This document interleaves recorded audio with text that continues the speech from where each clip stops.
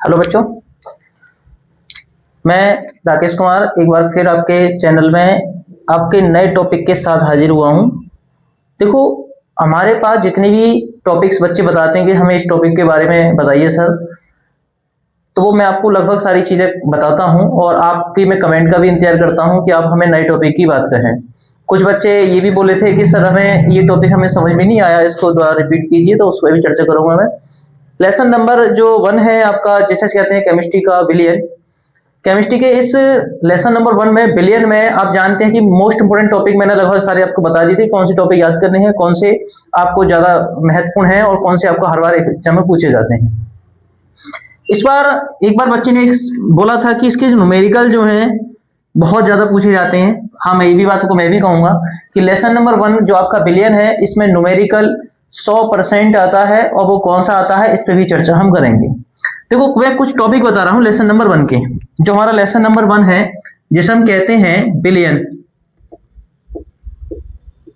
Billion, इस billion chapter में देखो, एक तो आपके जो सवाल आते हैं मोलरता मोललता से संबंधित, मोलरता मोललता एक तो यहां से मिलता है। एक क्वेश्चन आता है कभी कभी नॉर्मलता से भी पूछ लेता है, मगर रेगुलर इस क्वेश्चन से इस टॉपिक से नहीं आता हूं। एक होता है बासुदाब का अपेक्षित अवनमन। बासुदाब का अपेक्षित अवनमन, इसी से एक संबंधित आता है राउल्ट का नियम। इसी से टॉपिक आता है राउल्ट का नियम। एक क्वेश्चन आता है मोल प्रभाज, यहां से भी क्वेश्चन आता है। यहां से तो बहुत ज्यादा उम्मीद रहती है कि यहां से क्वेश्चन पूछा जाएगा। मोल प्रभाज एक टॉपिक होता है। मोल प्रभाज के बाद जिसे हम कहते हैं मोलल या एक होता है मोलर, एक होता है मोलल। मोलर उन्नयन स्थिरांक, उन्नयन स्थिरांक। और इसी का एक होता है दूसरा जिसे हम कहते हैं मोलल उन्नयन स्थिरांक,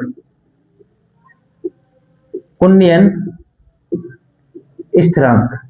और इसी का दूसरा होता है मोलर से ही, मोलर को आणविक भी कह देते हैं, मोलर हिमांक अवनमन स्थिरांक, हिमांक अवनमन स्थिरांक। और इसी का दूसरा टॉपिक होता है, मोलर की जगह आ जाएगा मोलल हिमांक अवनमन स्थिरांक, अवनमन स्थिरांक। ठीक है। और इसमें से ज्यादातर जो पूछा जाता है इन टॉपिक में से आपको 100% मिलने के चांस रहेंगे। मोल प्रभाज है या फिर राउल्ट का नियम है। हाँ, एक और छोड़ दिया मैंने, इसमें एक क्वेश्चन आता है परासरण दाब से संबंधित, परासरण दाब से।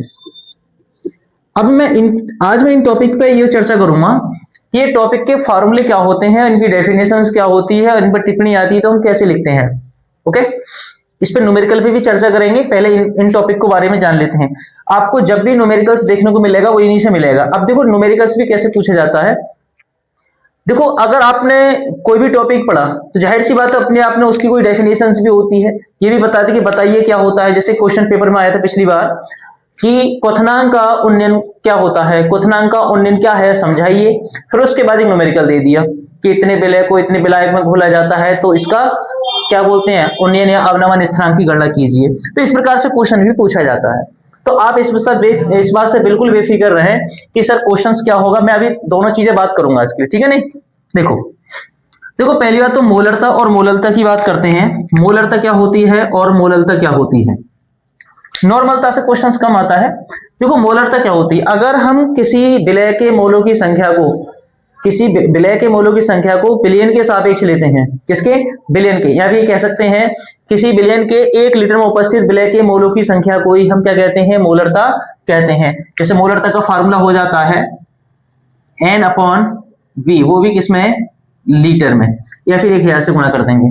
तो ये तो हो जाती है आपकी मोलरता। क्या होती है? मोलरता।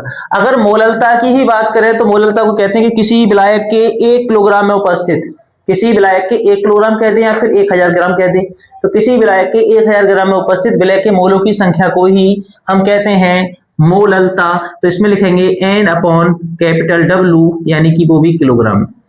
यानी कि हम क्या कह सकते हैं कि मोललता जो होगी वो विलय के जो मोलों की संख्या होगी वो विलायक में जो घुला जाएगा उसके सापेक्ष लेते हैं तो मोललता कहलाती है। विलयन के सापेक्ष लेते हैं तो आपकी मोलरता कहलाती है।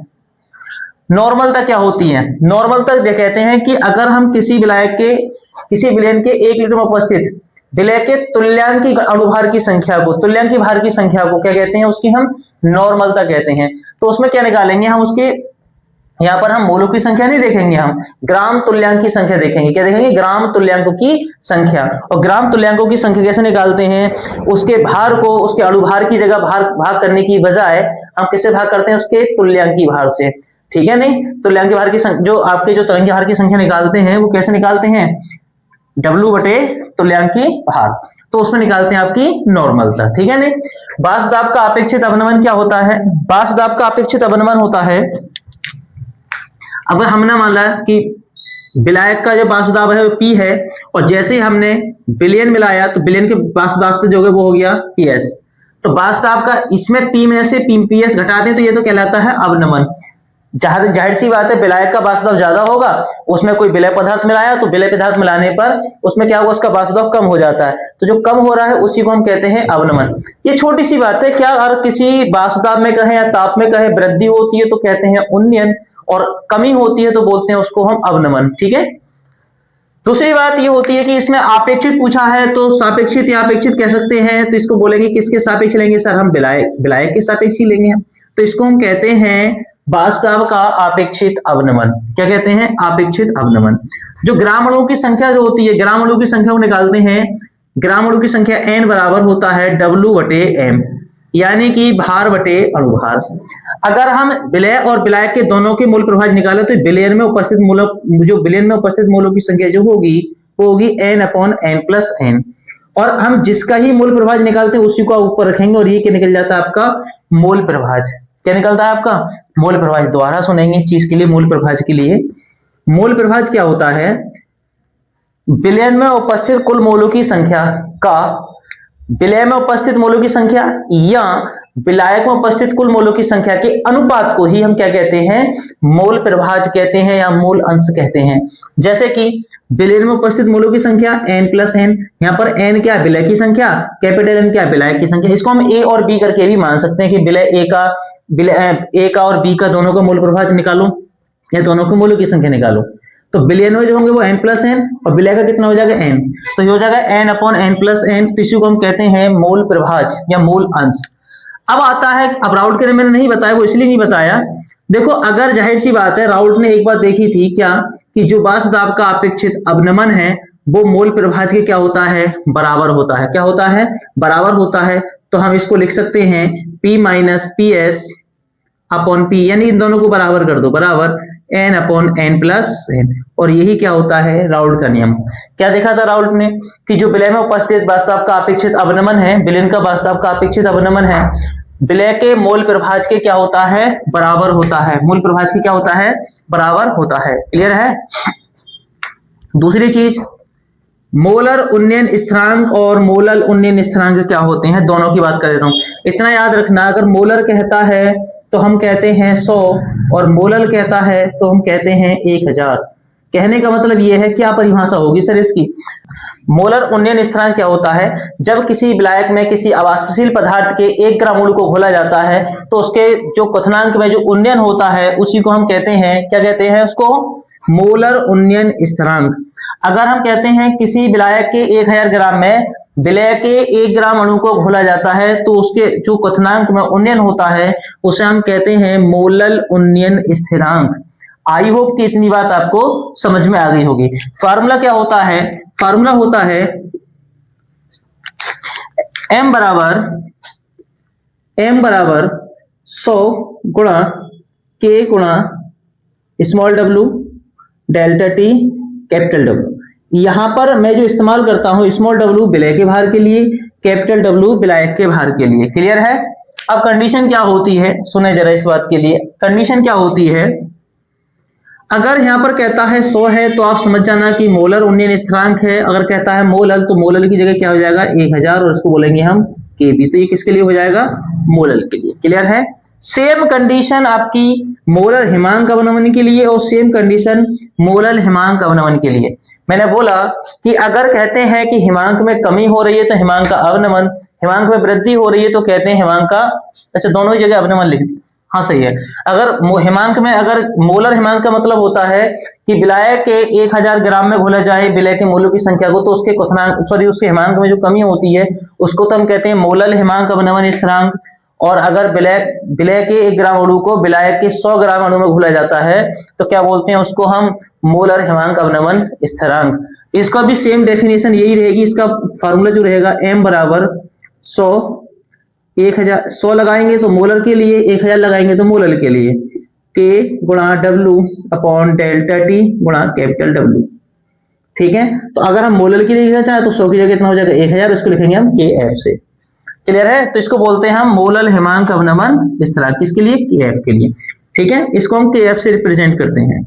सबसे इंपोर्टेंट क्वेश्चन यहां से आपको 100% क्वेश्चन मिलता है न्यूमेरिकल्स के लिए। हाँ न्यूमेरिकल कराऊंगा भाई मैं, ठीक है। अभी तो इन्फॉर्मेशन दे रहा हूँ, फार्मूलेस बता रहा हूँ आपके लिए, तो इस पे न्यूमेरिकल कराऊंगा मैं आपको, ठीक है। अभी परासरण दाब क्या होता है, परासरण दाब इसलिए, परासरण दाब किसे कहते हैं, देखो आपने क्या बोलते हैं, परासरण दाब से एक फार्मूला आता है जिसे हम कहते हैं तनु विलयन की सामान्य समीकरण, जिसमें क्या करा था चार्ल्स ने और वायल्स ने 2 समीकरण दी थी अपनी, और उन समीकरण को संयुक्त करने के बाद परासरण दाब की हमने एक समीकरण बनाई थी जिसे हम कहते हैं तनु विलयन की सामान्य समीकरण।